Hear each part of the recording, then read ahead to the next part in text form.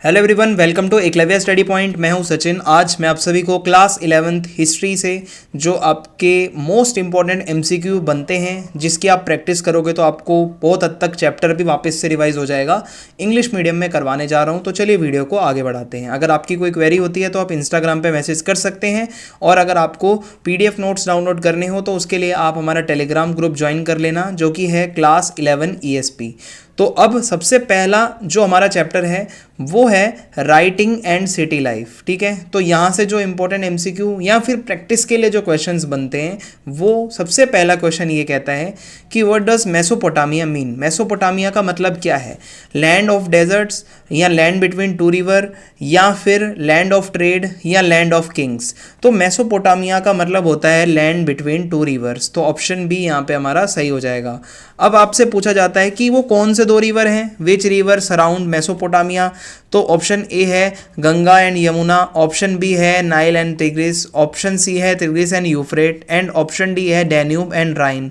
तो यहाँ पे सही आंसर हो जाएगा आपका टिग्रिस और यूफ्रेट्स। तो आपको पता होगा इन दो नदियों के बीच में ही मेसोपोटामिया का एरिया था। थर्ड क्वेश्चन है हमारा, which was the first non language in Mesopotamia. तो यहाँ पे है अरामाइक, अक्कदियन, सुमेरियन या लैटिन। तो जो मेसोपोटामियन सिविलाइजेशन है, तो वहाँ सबसे पहली जो नॉन लैंग्वेज थी वो सुमेरियन थी। ठीक है, तो option C would be correct here. Now next question is which material was used for writing in Mesopotamia. कौन सा मटेरियल यूज होता था? पेपर पे लिखते थे, क्ले टैबलेट्स पे लिखते थे, वुड पे या पपायरस पे। तो वो लोग लिखा करते थे क्ले टैबलेट्स के ऊपर। तो ऑप्शन बी सही हो जाएगा। अगला क्वेश्चन है, which city was an important trade centre in Mesopotamia. उर, बेबीलोन, मैरी या फिर रोम। ठीक है, मैरी नहीं, सॉरी, मारी। तो आपको अगर मैं बताऊं ट्रेड सेंटर, तो मारी ही था सबसे बड़ा ट्रेड सेंटर, क्योंकि उर तो भाई ऐसे ही था, टेढ़ी मेढ़ी गलियां थी। मारी जो था वो थोड़ा बढ़िया, वहाँ पे आप कह सकते हो सेंटर था। Which civilisation is famous for its mathematics and astronomy.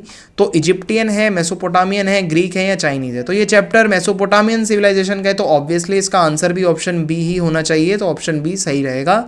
फिर उसके बाद अगला क्वेश्चन है हमारा, what was the purpose of ziggurats in Mesopotamian city. So ziggurat का मतलब क्या होता है? टेम्पल थे, ये स्टोरेज हाउस थे, किंग का पैलेस था या मार्केट था। तो जिगुरैट जो है ना वो टेम्पल हुआ करते थे। ठीक है, वहाँ के मेसोपोटामियन टेम्पल्स को जिगुरैट्स कहा जाता था। फिर है the Mesopotamian writing system is called hieroglyphics या फिर क्यूनिफॉर्म, संस्कृत या लैटिन स्क्रिप्ट। तो क्यूनिफॉर्म कहा जाता था जो राइटिंग सिस्टम था मेसोपोटामिया का।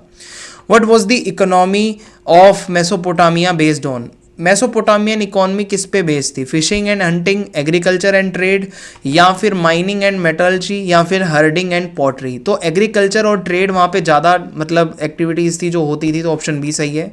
विच of the following is not a Mesopotamian city. उर, हड़प्पा, बेबीलोन या निपुर। तो सारी तो हैं, बस हड़प्पा नहीं है। हड़प्पा जो है ये हमारे साइड आ जाती है भाई। ठीक है, एशिया की सिविलाइजेशन, अपना इंडियन सब कॉन्टिनेंट जो था, आप 12th में पढ़ोगे इसके बारे में। अब हमारा जो अगला जो चैप्टर है वो है एन एम्पायर अक्रॉस 3 कॉन्टिनेंट्स। ठीक है, तो यहाँ से जो हमारे एमसीक्यू बनते हैं प्रैक्टिस के लिए, तो सबसे पहला है the Roman empire was spread across which 3 continent. Asia, Europe, Africa, या फिर एशिया, ऑस्ट्रेलिया, यूरोप, या यूरोप, साउथ अमेरिका, एशिया, या नॉर्थ अमेरिका, अफ्रीका और यूरोप। तो ऑप्शन ए सही हो जाएगा। तो रोमन एम्पायर है वो एशिया, यूरोप और अफ्रीका में था।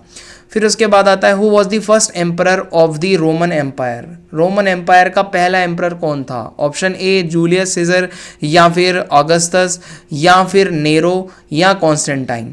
तो Augustus was the first Roman emperor. ठीक है, मतलब ठीक है, पहला एम्परर जो है आपका ऑगस्टस हो जाएगा, ऑप्शन बी। फिर उसके बाद अगला क्वेश्चन हमसे ये पूछता है कि what was the Roman legal system called. जो रोमन्स का लीगल सिस्टम था उसको क्या कहा जाता था? हम्मुरब्बी कोड, मैग्ना कार्टा, 12 टेबल्स या जस्टिनाइन कोड। तो 12 टेबल कहा जाता था, जिसमें उन्होंने अपना लीगल जो कानून वगैरह है वो सब लिखे हुए थे। फिर अगला क्वेश्चन है विच रोमन एम्परर लीगलाइज्ड क्रिश्चियनिटी। किसके टाइम पर क्रिश्चियनिटी को लीगलाइज किया गया? नेरो के टाइम पर, कॉन्स्टेंटाइन के टाइम पर, ऑगस्टस के टाइम पर, या जूलियस के टाइम पर। तो कॉन्स्टेंटाइन वो एम्परर थे जिसके टाइम पे क्रिश्चियनिटी को लीगलाइज किया गया, स्टेट रिलीजन बनाया गया। What was the capital of the eastern Roman empire. तो ईस्टर्न जो रोमन एम्पायर था उसकी कैपिटल आपको पता होगा कॉन्स्टेंटाइनोपल थी। तो ऑप्शन बी सही हो जाएगा यहाँ पे हमारा। आगे बढ़ते हैं, अगला क्वेश्चन है what was the currency of the Roman Empire, yen, denarius, drachma या रूपी। तो उनकी जो करेंसी है उसको दिनारियस कहा जाता था, ऑप्शन बी यहाँ पे सही हो जाएगा। What was the primary language spoken in Rome, Greek, Latin, Arabic या हिब्रू। तो जो रोम था वहाँ पे लैटिन लैंग्वेज बोली जाती थी, ऑप्शन बी यहाँ पे सही हो जाएगा। अगला क्वेश्चन है which structure was use for gladiator fights in Rome, Parthenon, Colosseum, Pantheon या फोरम। तो कलेजम तो है, ये ही वो स्ट्रक्चर है, यहाँ पर ही ग्लेडिएटर फाइट्स हुआ करती थी। अगला क्वेश्चन है who divided the Roman empire into eastern and western parts. जो रोमन एम्पायर था उसको दो पार्ट्स में डिवाइड किसने किया, जूलियस ने, ऑगस्टस ने या फिर डायोक्लिटियन ने या फिर नीरो ने। तो ऑप्शन सी यहाँ पे सही हो जाएगा। आगे बढ़ते हैं अब हम, which Germanic tribe attacked and led to the fall of Rome in 476 CE, Vandals, Huns, Visigoths या सेक्सोन्स। तो विसीगोथ नाम से ट्राइब थी जिन्होंने अटैक किया था रोमन एम्पायर पे, ऑप्शन सी सही हो जाएगा। अगला हमारा जो चैप्टर है वो है नोमैडिक एम्पायर्स। तो आइए इसकी प्रैक्टिस करते हैं। सबसे पहला क्वेश्चन कहता है who was the founder of the Mongol empire, Kublai Khan या ओगोदेई, गेंगिस खान या तैमूर। तो यहाँ पे जो गेंगिस खान है या चेंगिस खान है या चंगेज खान है, कुछ भी कह लो, अलग अलग नाम है, तो वो यहाँ फाउंडर थे मंगोल एम्पायर के। Which system help the Mongols communicate over long distance. वो कौन सा सिस्टम था, याम, पोस्टल सिस्टम, मैसेंजर पिजन्स या मैरीटाइम ट्रेड। तो याम सिस्टम कहा जाता था जो कम्युनिकेशन होता था लॉन्ग डिस्टेंस का, ठीक है, इस सिस्टम को। Genghis Khan was born as Kublai, Batu, Temujin या हुलागू। तो वो तेमुजीन थे भाई, ये बाकी सब तो उसके बेटे बेटे हैं, है ना। उनका जो मेन जो असली नाम था वो तेमुजीन था, जिसके बाद वो चेंगिस खान बने थे। फिर उसके बाद अगला क्वेश्चन है विच एम्पायर डिड जो है Chengiz Khan first target for conquest. तो सबसे पहले उसने चाइना के एम्पायर पे अटैक किया था भाई, क्योंकि वो बहुत ज़्यादा रिसोर्सिस वाला एरिया था और इसके टारगेट पे था, वो बिल्कुल पास था। फिर उसके बाद है which Mongol leader establish the Yuan dynasty in China. कौन सा वो था जो बंदा जिसने चाइना में युआन डायनेस्टी एस्टेब्लिश करी, चेंगिस खान, कुबलाई खान, ओगोदेई खान या बाटू खान। तो वो कुबलाई खान था, ऑप्शन बी सही हो जाएगा, जिसने चाइना में युआन डायनेस्टी एस्टेब्लिश करी। फिर अगला क्वेश्चन है विच battle stopped Mongol expansion in Europe. वो कौन सी बैटल थी जिसकी वजह से मंगोल्स नहीं एक्सपेंड कर पाए यूरोप की तरफ। तो है battle of Hastings, battle of Ain Jalut, battle of Tours या बैटल ऑफ करबला। तो ऑप्शन बी यहाँ पे सही हो जाएगा, बैटल थी वो आइन जलूत की, ठीक है। फिर उसके बाद है the Mongols contributed to trade through protection of which route. कौन सा वो रूट था, trans Saharan route, silk route या स्पाइस रूट या मैरीटाइम सिल्क रूट। तो उन्होंने एक्चुअल में सिल्क रोड जो होता है उस पर कंट्रोल कर रखा था, प्रोटेक्शन कर रखी थी उस रूट की, क्योंकि वो बहुत ज़्यादा इंपॉर्टेंट रूट था फॉर द ट्रेड। अगला क्वेश्चन है which religion did the Mongols adopt in Persia, Hinduism, Christianity, Islam या बुद्धिज्म। तो इस्लाम उन्होंने अपनाया था पर्शिया के अंदर। विच मंगोल रूलर डिस्ट्रॉयड बगदाद इन 1258। कौन सा वो रूलर रहा जिसने बगदाद को डिस्ट्रॉय करके रख दिया, हुलागू खान, कुबलाई खान, बाटू खान या तमरलेन। तो हुलागू खान नाम से एक रूलर हुआ मंगोल्स का जिसने डिस्ट्रॉय किया। अगला क्वेश्चन है What was the main military strategy of the Mongols? Infantry warfare, siege warfare and cavalry या naval attack या static defense। तो ऑप्शन बी सही हो जाएगा, siege warfare and cavalry, इसका ही वो ज़्यादातर यूज़ करते थे अटैक करने के लिए। अगला क्वेश्चन जो हमारा बनेगा वो बनेगा 3 ऑर्डर्स चैप्टर से, ठीक है। तो आइए प्रैक्टिस करते हैं। सबसे पहला क्वेश्चन यहाँ पे हमसे पूछा गया है what does the term feudalism mean. Feudalism का मतलब क्या है, a political system based on democracy, ठीक है, या फिर a social system where land was given in exchange for services, या a form of centralise monarchy, या a type of economic trade policy. तो ऑप्शन बी यहाँ सही होगा, क्योंकि ये एक सोशल सिस्टम था जहाँ पे आप अपनी सर्विस के बदले में आपको लैंड दिया जाता था, जहाँ पे आप रह सकते थे, कुछ भी कर सकते थे। अगला क्वेश्चन कहता है विच 3 classes form the 3 orders in medieval Europe. वो कौन सी 3 क्लासेस थी, nobility, merchants and peasantry, clergy, nobility, peasants या फिर किंग, लॉर्ड, नाइट्स या ट्रेडर, फार्मर्स एंड सोल्जर्स? क्या आप इसका आंसर मुझे कमेंट बॉक्स में बता सकते हैं क्या होना चाहिए इसका आंसर आपके अकॉर्डिंग, क्योंकि बहुत ही ईजी क्वेश्चन है भाई, मैं भी तो देखूँ आपकी प्रैक्टिस कितनी है। Which religious institution had the most power in medieval Europe? Catholic Church या फिर ग्रीक ऑर्थोडॉक्स चर्च या प्रोटेस्टेंट चर्च या इस्लामिक कैलिफा? तो इसमें सही आंसर होगा कैथोलिक चर्च। बहुत पावरफुल था भाई मिडेवल यूरोप में, जो ये कहता था वही मान लिया जाता था। What was teeth? टीथ का मतलब क्या होता है? A special type of tax paid by nobles, या फिर a military tax impose by kings, या a church tax paid by peasant usually 1/10 of their produce? Yes, option C सही हो जाएगा, है ना, और ये हमने पढ़ा भी है इसके बारे में। फिर उसके बाद अगला क्वेश्चन हमसे ये कहता है कि भाई who were the Surf in the feudal system? Feudal system में वो कौन थे जो कि जिनको आप सर्फ कहते हो? फ्री लैंड ओनर्स या वॉरियर्स या unfree peasants tied to the land या clerics who serve the church? क्या आप इसका आंसर दे सकते हो मुझे? क्या आप जानते हो कि आप सर्फ किसको कहते हो? क्योंकि ये बहुत ही ज़्यादा कॉमन सा है क्वेश्चन, सर्फ के ऊपर ना बनता है, कुछ ना कुछ तो ज़रूर आता है। अगला क्वेश्चन देखते हैं। यहाँ पे हमारा अगला क्वेश्चन कहता है what was the role of knights in the feudal system? Feudal system में नाइट्स का क्या रोल था? तो सबसे पहला है to collect taxes from peasant, क्या टैक्स कलेक्ट करना उनका काम था? या to serve as military protector of the land, या to work as merchant and trader, या टू ओवरसी एग्रीकल्चरल प्रोडक्शन? तो उसका काम था मिलिट्री प्रोटेक्टर के रूप में काम करना। ऑप्शन बी यहाँ पे सही हो जाएगा। जो नाइट्स होते थे बेसिकली यूरोप में एक टाइम था जब बहुत लोकल वॉर होती थी, तो एक प्रोफेशनल एक वॉरियर की जरूरत थी, तो उस टाइम पे ये जो नाइट्स नाम से जो एक क्लास है ये राइज कर रहा था, एमर्ज कर रहा था। अगला क्वेश्चन देखते हैं। What was the manorial system? Manor होती थी लॉर्ड की, आपको याद हो रहा होगा। तो ऑप्शन ए है a legal system that govern trade, या a system where peasant work on a lord's land in exchange for protection. Yes, ये मैंने अभी आपको बता दिया, ऑप्शन बी यहाँ पे सही हो जाएगा। ठीक है, आगे बढ़ते हैं। Who were vassals in feudal society? Vassals का मतलब क्या था? हाई रैंकिंग क्लर्जी मेंबर, या land owner who pledged loyalty to a lord in exchange for a land, या peasant who work for nobles, या independent traders who control towns? तो vassals का मतलब था वो लैंड ओनर होते थे, वो लोग जो कि प्लेज करते थे, कसम खाते थे कि हम लॉयल रहेंगे अपने लॉर्ड के लिए। ऑप्शन बी सही हो जाएगा। फिर उसके बाद अगला क्वेश्चन है what was a fief in medieval Europe? Fief का मतलब क्या था? A tax collected by feudal lords, या a piece of land granted by a lord to a vassal, या a military rank in the knightly order, या a market place for medieval traders? तो fief का मतलब था एक जमीन का टुकड़ा जो कि एक लॉर्ड ग्रांट करता था अपने वेसल को। तो ऑप्शन बी यहाँ पे सही हो जाएगा। अगला क्वेश्चन कहता है why did feudalism decline in Europe? The rise of absolute monarchy? Yes. The growth of trade and cities? Yes. The Black Death and peasant revolts? Yes. तो ऑप्शन डी सही हो जाएगा। ये सारी ही चीज़ें हुई तो थी भाई, इसी वजह से फ्यूडलिज्म का डिक्लाइन हो गया। अगला जो हमारा क्वेश्चन बनता है वो बनेगा चैप्टर चेंजिंग कल्चरल ट्रेडिशन से। रिनेसा पीरियड जो था आपका, उस टाइम पे क्या हुआ था ये आपसे पूछा जाता है। तो which period is known as the renaissance? Renaissance basically एक वो टाइम पीरियड जब यूरोप के अंदर लोग जो हैं वापस से क्लासिकल नॉलेज की तरफ जा रहे थे, और जो इतने टाइम से अंधविश्वास चल रहा था, अब टाइम था वो अंधविश्वास के ख़त्म होने का। तो जो टाइम पीरियड है यहाँ पे बेसिकली वो 14 से 17 सेंचुरी का है। तो ऑप्शन बी यहाँ पे हमारा सही हो जाएगा। अगला क्वेश्चन है which city was the birth place of the Renaissance? कहाँ से रेनेसा स्टार्ट होता है?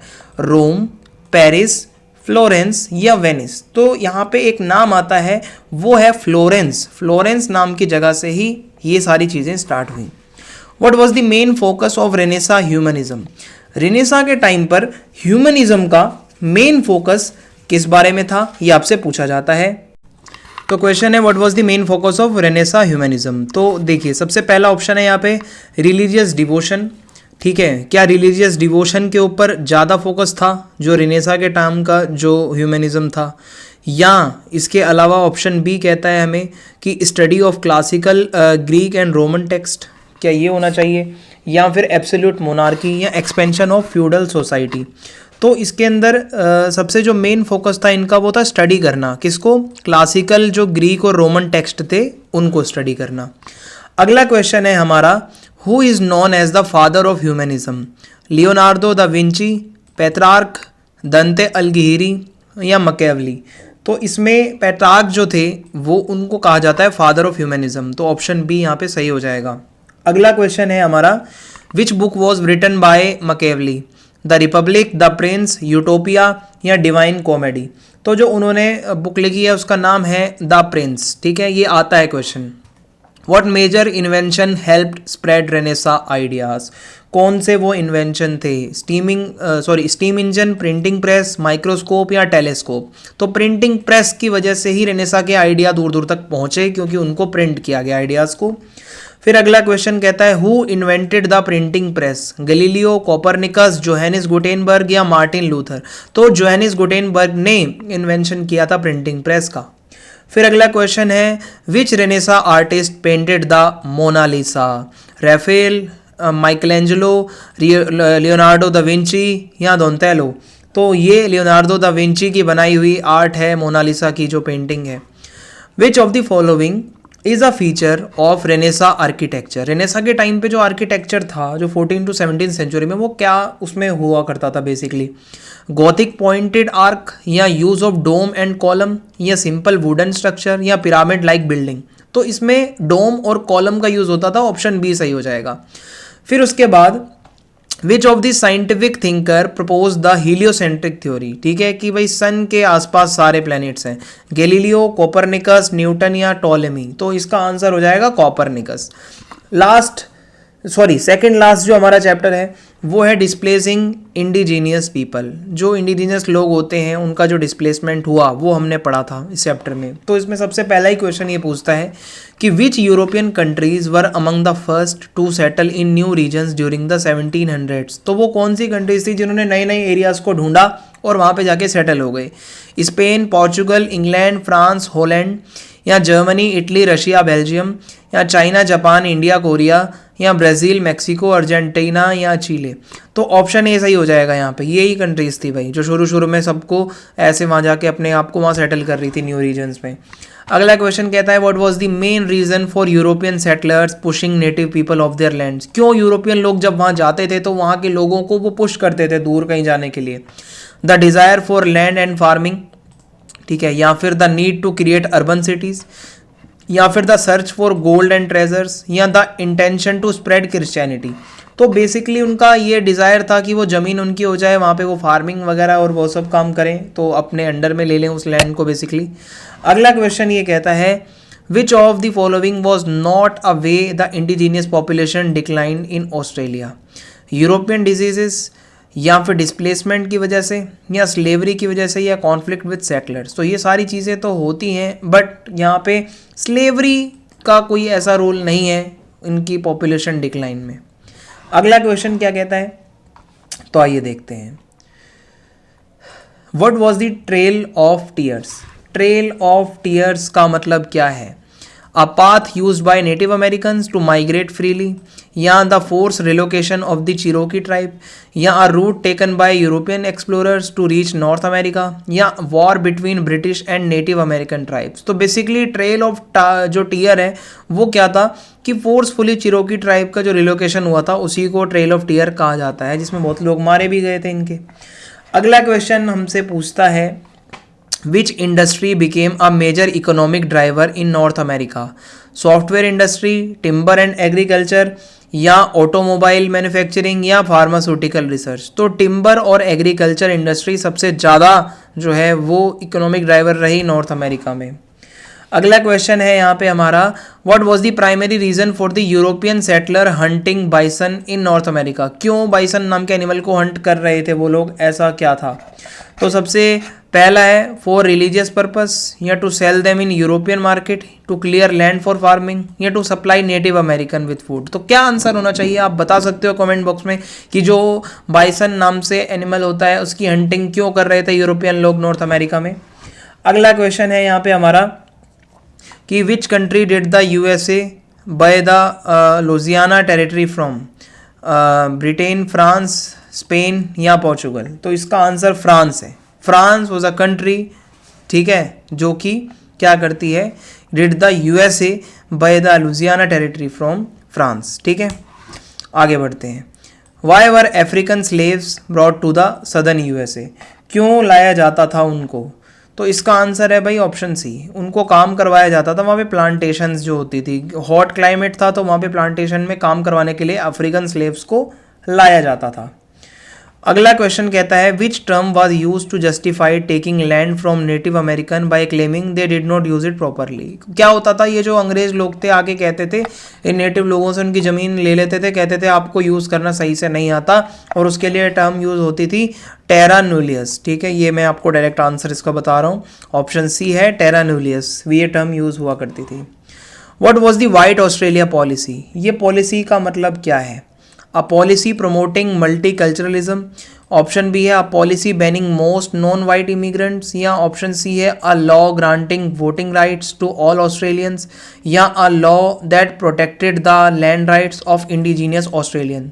तो ये पॉलिसी है किस लिए थी? वाइट ऑस्ट्रेलिया पॉलिसी का मतलब था एक ऐसी पॉलिसी जो बैन करती है मोस्टली जो नॉन वाइट इमिग्रेंट्स हैं उनको। ठीक है, फिर हमारा लास्ट चैप्टर है हमारा पाथ्स टू मॉडर्नाइजेशन। तो आइए समझते हैं इसमें क्या क्वेश्चंस हैं प्रैक्टिस के लिए हमारे सामने। Which dynasty rule China during the early 19th century, कौन सी डायनेस्टी थी भाई जो रूल कर रही थी? Qing dynasty, Ming dynasty, Tang या युआन? तो क्विंग डायनेस्टी। ठीक है, जो किंग डायनेस्टी है ऑप्शन ए सही हो जाएगा। फिर अगला क्वेश्चन कहता है which event forced Japan to open its border for trade with USA? The Opium War, या the arrival of Commodore Matthew Perry, या द मेजी रिस्टोरेशन, ठीक है, या फिर सीनो जापानीज वॉर? क्या आप इसका आंसर जानते हैं? वो कौन सा इवेंट था जिसकी वजह से जापान ने अपने बॉर्डर खोल दिए थे यूएसए के साथ ट्रेड करने के लिए? अगला क्वेश्चन कहता है कि which policy did Japan follow to strengthen its economy? ठीक है, सिंपल सी लाइन है, military in the late 19th century, policy of non align movement, rich country strong army, या ग्रेट लीप फॉरवर्ड, या कल्चरल रिवॉल्यूशन? तो option B सही हो जाएगा, रिच कंट्री स्ट्रॉन्ग आर्मी। ये दो चीज़ पे फोकस करना था, जापान ने इस पॉलिसी पे फोकस किया। फिर उसके बाद what was the main focus of the Meiji restoration? मेजी रिस्टोरेशन का मेन फोकस क्या था? कॉलोनाइजेशन करना अफ्रीका का, या स्ट्रेंथनिंग ट्रेडिशनल समुराई रूल, या रैपिड मॉडर्नाइजेशन एंड इंडस्ट्रियलाइजेशन, या expansion of Buddhist influence in Japan? तो इसके अंदर मेन फोकस था रैपिड मॉडर्नाइजेशन पे और इंडस्ट्रियलाइजेशन पे इनका, ऑप्शन सी सही हो जाएगा। आगे बढ़ते हैं। Which war marked Japan's emergence as a major military power? कौन सी लड़ाई थी भाई जिसने मतलब एक यूरोपियन कंट्री में उन्होंने उनको हराया था? तो वो वॉर थी रूसो जापानीज वॉर। ठीक है, it was Russo Japanese war. Which of the following was not a reason for China's struggle to modernise in the 19th century? तो वो कौन सा एक ऐसा फॉलोइंग जो नीचे दिया हुआ है उसमें से एक नहीं है रीज़न कि जिससे कि reason for China's struggle to modernise in the 19th century, जिससे चाइना ने स्ट्रगल किया हो? तो वो है internal rebellion, foreign influence and invasion, ये तो है भाई स्ट्रगल था। रेजिस्टेंस टू वेस्टर्नाइजेशन, ये भी स्ट्रगल था, बट ऑप्शन सी स्ट्रगल नहीं है। स्ट्रॉन्ग एंड स्टेबल इकोनॉमी, तो अच्छी बात है, इसमें स्ट्रगल क्या है? तो ऑप्शन सी सही हो जाएगा। फिर उसके बाद अगला क्वेश्चन कहता है what major reform helped Japan industrialise quickly after world war second? जब दूसरा वर्ल्ड वॉर जस्ट खत्म हुआ तो वो कौन सा रिफॉर्म था जो जापान ने किया? White Revolution, agricultural taxation system, US led occupation and economic reforms, या Chinese model of industrialisation? Option C सही होगा। यूएस ने बॉम्ब गिराए थे तो उन्होंने आगे फिर वहाँ पे क्या करा, उसको ऑक्यूपाई कर लिया था और वहाँ पे इकोनॉमिक रिफॉर्म्स वगैरह भी करे थे। अगला क्वेश्चन है यहाँ पे हमारा, which country did Japan defeat in the first Sino Japanese war 1894 से 1895 तक जो चली थी? रशिया, चाइना, कोरिया, या ब्रिटेन? तो वो चाइना थी भाई। ठीक है, which country did Japan defeat? तो चाइना था वो। अगला क्वेश्चन है यहाँ पे हमारा, what was a major goal of Deng Xiaoping reform in China from 1978? तो एक लीडर थे जो चाइना में आते हैं, जो चाइना को रिफॉर्म करना चाहते थे। तो स्ट्रेंथनिंग कम्युनिस्ट आइडियोलॉजी, या बैनिंग फॉरेन बिजनेस, या economic liberalisation and modernisation? Yes, वो चाहते थे कि इकोनॉमिक लिबरलाइजेशन हो, चाइना ज़्यादा से ज़्यादा ट्रेड करे, ओपन ट्रेड करे, मॉडर्नाइज हो चाइना। अगला क्वेश्चन है, which article in Japan post world war second constitution? जो वर्ल्ड वॉर सेकेंड के बाद जो जापान में कॉन्स्टिट्यूशन बना, तो वो कौन सा आर्टिकल था जिसमें लिखा है कि बैन करता है वो कंट्री को अपनी वॉर को यूज़ करना एज अ नेशनल पॉलिसी अपने जापान को? इसमें आर्टिकल 9 था भाई, ऑप्शन बी ये कहता है। ठीक है, कि बैन करता है कि ऐसा लड़ाई वगैरह नहीं करनी है। तो इसी के साथ वीडियो ख़त्म है। वीडियो को लाइक कर देना भाई, और कमेंट बॉक्स में फीडबैक लिख देना। अपने दोस्तों के साथ वीडियो को शेयर ज़रूर कर देना। जय हिंद, जय भारत। मिलते हैं अगली वीडियो में।